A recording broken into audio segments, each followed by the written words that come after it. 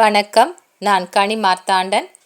இந்திய ஜோதிட வகுப்பில் கணவன் மனைவியான பிறகு அருகருகே இருந்தால் கூட சந்தோஷம் இல்லாத ஒரு வாழ்க்கை ஒரு ஜாதகருக்கு இருக்கா இல்லையாங்கிறத எப்படி கணிக்கலாம்? அதில் மிக முக்கியமான திரிசூன்ய அமைப்பை பற்றி இன்றைக்கி பார்க்க போகிறோம். திருமணமான பிறகும் திருப்தி இல்லாத ஒரு குடும்ப வாழ்க்கை இருப்பதற்கு பல விதிகள் இருக்குது. நான் இந்த வகுப்பில் சொல்லித்தர போகிறது திரிசூன்யம் என்ற அமைப்பு ஒரு ஜாதகருக்கு எப்படி குடும்ப வாழ்க்கையில் பிரச்சனை தருது அப்படிங்கிறதான் இன்னைக்கு வகுப்பில் நீங்கள் தெரிஞ்சுக்க போகிறீங்க. ஒரு ஜாதகருக்கு குடும்ப வாழ்க்கை எப்படி இருக்குது, சந்தோஷமான ஒரு குடும்ப வாழ்க்கை அந்த ஜாதகருக்கு இருக்கா அப்படின்னு சொல்லி பார்க்குறதுக்கு 2ஆம் இடத்தை பார்ப்போம். இந்த 2ஆம் இடத்திற்கு குடும்பஸ்தானம்னு பேர். தனம், வாக்கு ஆகிய விஷயங்களை காட்டக்கூடிய இடமும் 2ஆம் இடம்தான். ஆனால் ஒரு ஜாதகருக்கு குடும்ப வாழ்க்கை எப்படி இருக்குது அப்படி தெரிஞ்சுக்கணும்னா 2ஆம் இடம் பலமாக இருக்கணும். 2ஆம் இடத்தில் பாவ கிரகங்கள் இருந்தாலும் இல்லை பாவ கிரகங்களுடைய சேர்க்கை தொடர்பு இருக்கக்கூடிய நிலை இருக்குது அப்படின்னு சொன்னால் ஜாதகருக்கு குடும்ப வாழ்க்கை என்பது சந்தோஷமாக திருப்தியாக இருக்காது. இந்த விதிகளில் மிக முக்கியமானது திரிசூன்யம் என்ற அமைப்பு.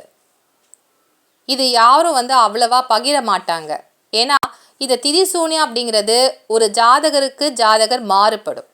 இப்போ 2ஆம் இடத்துல ராகு இருக்குது அப்படின்னு சொன்னால் குடும்ப தோஷம்னு சொல்லி நம்மளால் சீக்கிரமாக கணிக்க முடியும். அது எல்லா ஜாதகருக்குமே பொருந்தக்கூடிய பொதுவான விதி. ஆனால் இந்த திரிசூன்யம் அப்படிங்கிறது எல்லாருக்கும் பொருந்தாது. ஒரு ஜாதகருக்கு இருக்கக்கூடிய விஷயங்கள் இன்னொரு ஜாதகருக்கு இருக்காது. அப்போ தனிப்பட்ட முறையில் பார்க்கப்படுகின்ற இந்த திரிசூன்யம் ஒரு ஜாதகத்திற்கு மட்டும்தான் பொருந்தும்.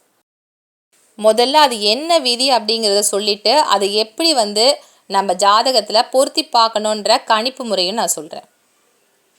2ஆம் இடத்தில் லக்கணத்திற்கு 2ஆம் இடத்தில் திரிசூன்யம் அடைந்த கிரகம் ஒரு ஜாதகருக்கு இருக்குது அப்படின்னு சொன்னால் திருமண வாழ்க்கை என்பது கிடைத்தாலும் அந்த திருமண வாழ்க்கையில் திருப்தி மகிழ்ச்சி என்பது இருக்காது.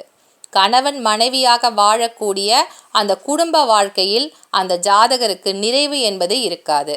மனம் ஒத்த தம்பதிகளாக வாழ முடியாது. அதற்கு ஜாதகத்தில் கிரக அமைப்புகள் ரொம்ப நல்லா இருக்குது, 7ஆம் இடம் பலமாக இருக்குது, இல்லை 9ஆம் இடமான பாக்கியஸ்தானம் பலமாக இருக்குது அப்படின்னு சொன்னாலும் அந்த ஜாதகருக்கு திருமண வாழ்க்கையில் மகிழ்ச்சி என்பது இல்லாமல் ஏதோ கல்யாணம் பண்ணிக்கிட்டோம் வாழணும் வேற வழி இல்லைன்ற மாதிரி தான் வாழ்க்கை நிலை என்பது உண்மையாக இருக்கும். 2ஆம் இடத்தில் இருக்கக்கூடிய திரிசூன்ய கிரகமானது அந்த ஜாதகருக்கு பொருளாதாரத்திலும் மிகப்பெரிய பிரச்சனையை தரும். பண வருவாய் என்பது இருக்கும், ஆனால் கையில் காசு தங்காது. பணம் வந்த மாதிரி இருக்கும், எங்கே போச்சுன்னே தெரியாது. இல்லை பணமே வராத ஒரு சூழ்நிலைகளும் அந்த ஜாதகருக்கு இருக்கும். இப்படி தன வருவாயிலும் மன மகிழ்ச்சி தரக்கூடிய குடும்ப வாழ்க்கையிலும் பிரச்சனைகள் இருக்கக்கூடியதாக இந்த திரிசூன்ய கிரகம் இருந்தால் அந்த ஜாதகருக்கு பிரச்சனையை தரும். அது எப்படி அப்படிங்கிறத இப்போ உதாரணத்தோட பார்க்கலாம்.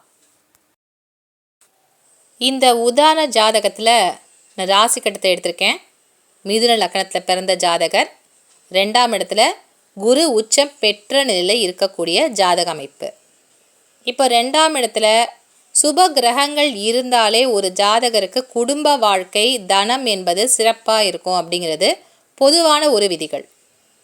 இந்த ஜாதகருக்கு 7ஆம் இடத்து அதிபதியாகவும் 10ஆம் இடத்திற்கு அதிபதியாகவும் வரக்கூடிய குருவே இவருக்கு 2ஆம் இடமான குடும்பஸ்தானத்தில் உச்சம் பெற்ற நிலையில் இந்த ஜாதகருக்கு இருக்குது.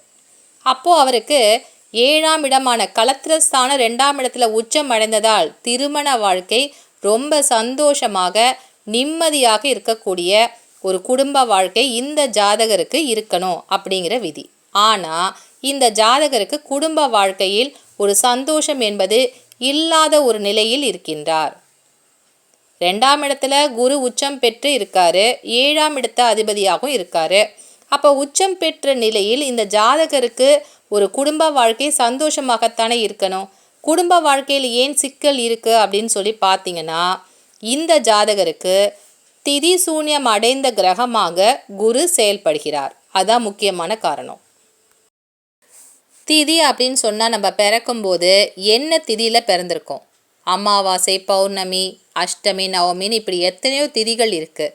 இந்த ஜாதகர் பிறந்திருக்கக்கூடிய திதி என்ன அப்படின்னு பார்த்தா, இந்த ஜாதகர் பிறந்திருக்கக்கூடிய திதி துவிதியை, சப்தமி, சதுர்த்தசி. இந்த 3 திதியில் இந்த ஜாதகர் பிறந்திருந்தா அவருக்கு குரு திதி சூன்யம் அடைந்த கிரகமாக செயல்படுவார். இந்த விதி தான் இந்த ஜாதகருக்கு குடும்ப வாழ்க்கையில் ஒரு நிம்மதி இல்லாத, ஒரு சந்தோஷம் என்பது இல்லாத ஒரு நிலையை தந்திருக்கு. கல்யாண வாழ்க்கை இருக்குது, ஆனால் அந்த கல்யாண வாழ்க்கையில் கணவன் மனைவியாக அருகருகே இருந்த போதும் அவங்களுக்கு சந்தோஷம் இல்லாத ஒரு நிலை என்பது இந்த குரு என்ற கிரகம் திரிசூன்ய என்ற அமைப்பை அடைந்து உச்சம் பெற்று இருக்கக்கூடிய நிலையில் இருக்குது. பொதுவான விதிகளான 2ஆம் இடத்தில் ஒரு சுப கிரகம் இருந்தால் குடும்ப வாழ்க்கை என்பது நல்லா இருக்கும் அப்படிங்கிற நிலை என்பது இந்த ஜாதகருக்கு இல்லை. ஏன்னா தனிப்பட்ட முறையில் அவருடைய பிறந்த திதியானது இங்கே சூன்யமாகி 2ஆம் இடத்துல பலமாக இருக்கக்கூடிய அமைப்பு இருக்குன்றதுனால இவருக்கு குடும்ப வாழ்க்கையில் சந்தோஷம் என்பது இல்லை. மேலோட்டமாக இந்த ஜாதகத்தை பார்க்கும்போது குடும்ப வாழ்க்கை சந்தோஷமாக இருக்கும். ஏன்னா 2ஆம் இடத்துல குரு இருக்காரு அப்படிங்கிற ஜோதிட விதி தான் எல்லாருக்கும் தெரியும். ஆனால் தனிப்பட்ட முறையில் இந்த ஜாதகர் பிறந்திருக்கக்கூடிய திதி என்ன, அதற்கு சூன்யமான கிரகம் என்ன என்று பார்க்கின்ற பொழுதுதான் இவருக்கு குடும்ப வாழ்க்கையில் சிக்கல் என்பது இருக்கா அப்படிங்கிறத சரியாக கணிக்க முடியும். இன்றைய ஜோதிட வகுப்பில் குடும்ப வாழ்க்கையில் சிக்கல் தரக்கூடிய இந்த திரிசூன்ய கிரகத்தினுடைய விளக்கத்தை நம்ம எப்படி பயன்படுத்தணும் அப்படிங்கிறது உங்களுக்கு புரிஞ்சிருக்கும். அப்போ திரிசூன்யம் எவ்வளோ முக்கியம் அப்படிங்கிறது ஜோதிட விதிகளில் சூட்சமமானது. பொதுப்படையான விதிகளை மட்டும் வச்சுட்டு நம்ம கணக்கு செய்யக்கூடாது. ஒரு ஜாதகத்தை அலசி ஆராய்கின்ற பொழுது பொதுப்படையாக இருக்கக்கூடிய விஷயங்களை மட்டும் பார்த்தீங்க அப்படின்னு சொன்னால் உங்களால் சரியான ஒரு கணிதத்தை எடுக்க முடியாது. அதற்கு தனித்துவமான சில விஷயங்களை பார்க்கணும் அப்படின்னு சொன்னால் ஜாதகர் பிறந்திருக்கக்கூடிய நட்சத்திர ராசி எவ்வளோ முக்கியமோ அதைவிட முக்கியமானது திரிசூன்யம் என்ற அமைப்பு, அவர் பிறந்த யோகம் என்ன, இந்த விஷயங்களும் பொருத்தி பார்க்கின்ற பொழுதுதான் ஒரு ஜாதகத்தின் உண்மையான நிலையை உங்களால் கணிக்க முடியும். மீண்டும் அடுத்த வகுப்பில் நல்ல பல விஷயங்களுடன் உங்களை சந்திக்கின்றேன். நன்றி, வணக்கம்.